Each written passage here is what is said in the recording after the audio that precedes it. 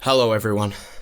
After recent events, I knew I had to come out and comment. This is a tough thing to say, but I think I just need to get it over with. Come on man, you got this. I really hate to say it, but I was right! That series sucked dick! Get fucked all the people who commented on my video saying, seems you are wrong. Who's wrong now? But I'm not making this video to brag. I'll be the bigger person here. For context, see my original Avatar video.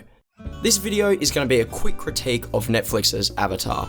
It's not going to be animated like my other videos, and it's going to be a bit rambly, sorry, but I want to get my opinion out there before everyone moves on from this topic. So forgive the lack of substance, but subscribe for future animated stuff.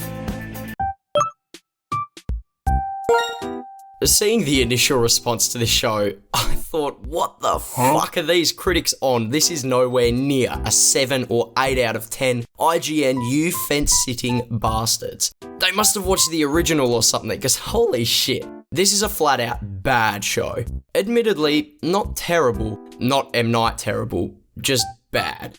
Even if you don't compare it to the original, I still think it's not good, but when you do, it gets even worse. As a remake, the comparisons are inevitable, but I'll try to isolate this show's flaws. Any comparisons I do use are to explain my points better. I actually want to start off with some positives, because despite how angry I was watching this show, I can tell a lot of people did try their best to make it work. The production has its moments, the costumes and sets are generally very good, and some of the visual effects can be very striking. Still nothing compared to the artistry of the original, but credit where credit's due. Also, some of the actors are really giving it their all. The cast is generally quite good, and they have the impossible job of making this terrible script work. Ian Ousley and Dallas Liu were the standouts for me. I also respect the decision to make changes to the story and characters in the show to make it more unique, even if every change makes the show worse. Jeez, I am not good at giving compliments, am I? And unfortunately, that's where my compliments end. If you want one takeaway from the new Avatar, it's that there isn't a single aspect of this show that comes close to the original, let alone surpasses it, in my opinion. Every element is a downgrade. The story, the music, the action, the tone, the characters, the world building, and most of all, the dialogue. I have to talk about the writing in this show, man. It is absolute horse shit. This is really surprising to me. I think most people could predict the issues in translating the action and tone of animation to live action, but the writing? That's an area that's fairly separate from the medium shift. Great writing in TV is universal, but somehow they fucked it up beyond repair, more so than anything else. The expository dialogue is truly awful. Sokka just doesn't understand. I'm a warrior. I should be able to do more for our people. The characters just go on and on with these monologues, and it's so dull. They break the #1 rule of storytelling. Show, don't tell. This show is almost all tell. I think some of this does have to do with the medium shift. The show overall has a darker tone to suit the live action setting, and this fundamental change has rippling effects on the dialogue and characters. Mainly, they aren't funny anymore. Rewatching a few episodes of the original, I didn't give enough credit to how clever the dialogue is. It's so natural and entertaining, and the actors sell it so well. It tells you about each character, how they're feeling, what their motivations are. You can track their thoughts and why they would say a certain thing. No one feels like a person in the remake. They just sit there yapping on and on, stating their character motivations and explaining the themes to the audience. No one talks like this, and it's so boring. The characters never really develop through their actions or facing challenges, but just talking about it. The direction in exposition is very bland a lot of the time, just shot reverse shot, which exacerbates these issues. I'll give you an example. So when Aang learns he's the Avatar, he just goes outside and talks to Appa. And the dialogue here is insultingly stupid. But I know who I am. I like to play airball and eat banana cakes and goof off with my friends. Not someone who can stop the Fire Nation. Not someone who can stop a war. I don't want the responsibility. I'm scared of my power. I'm scared of being alone. I hope I don't have to explain that no human talks like this. And it's so uncreative. Why not show the character's conflict through struggling with training, or Aang not wanting to train so he can play games? They do that in the original. I don't know, anything more than the most tropey, cliche dialogue. This approach is everywhere in this show, and it just reeks of generic TV melodrama. It's very amateur.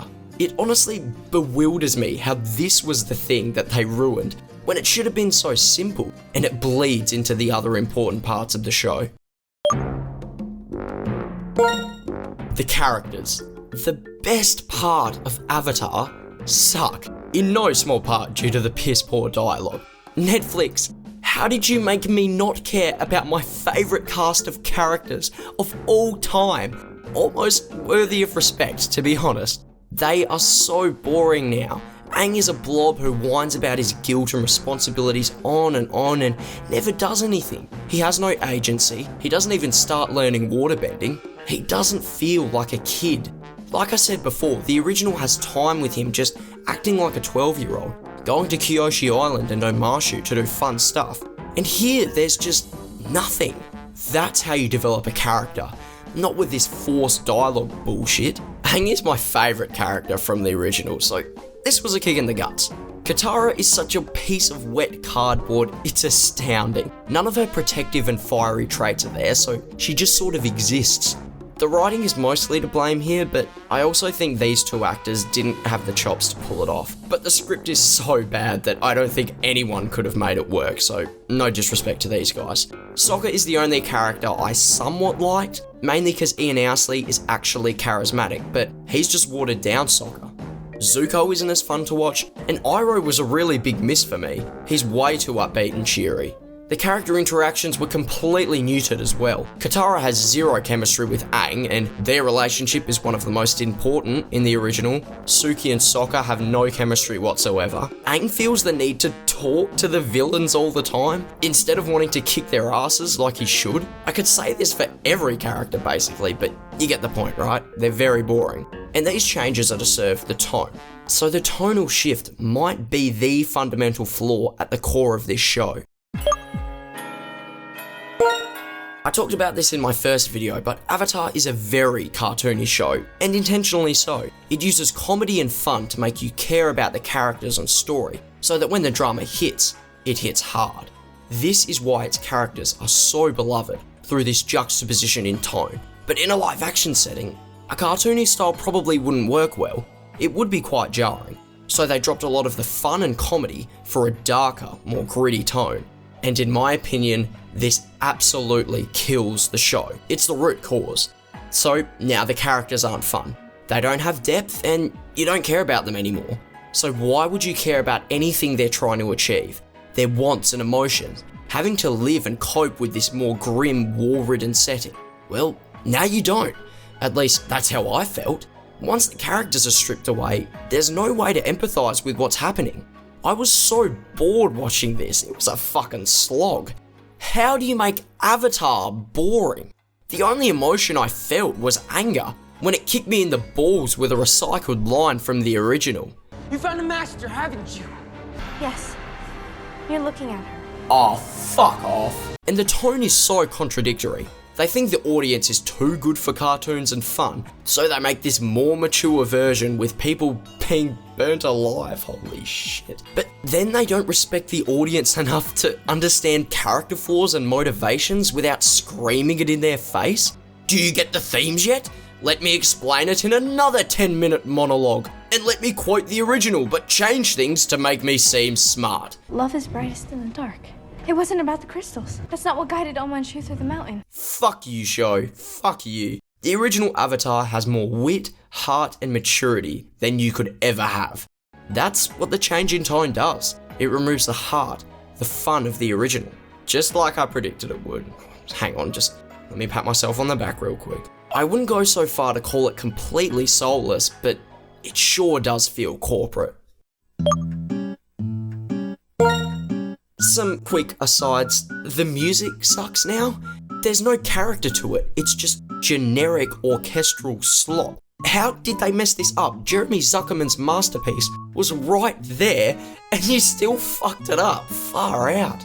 The visual effects are very hit or miss. Some shots look good, but some look like a PS2 cutscene. And there's clear green screening everywhere. Like, for this ridiculous budget, it looks incredibly cheap at points. It's always so dark. The colour palette is boring, the muddy CGI makes the bending extremely difficult to follow at times, especially airbending. In the original, the action is effortless to follow. It's choreographed and staged very well, and the level of control animation gives makes everything clear, so it looks amazing in the finished product. This reliance on shoddy CG is such a mixed bag that you get sequences like this, and then this.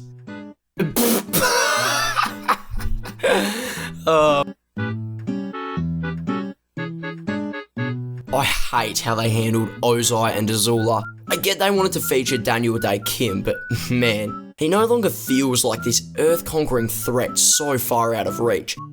Just a dude chilling out in his mansion. And they tried to make Azula out to be this master manipulator behind the scenes by telling the audience she is, instead of showing it. But she has no screen presence at all, it's comical. Also, this might be irrelevant, but how are they going to finish this show? All the actors are too old already, and this season has been in production for 5 years, so Aang's going to be 25 by the time the show wraps up.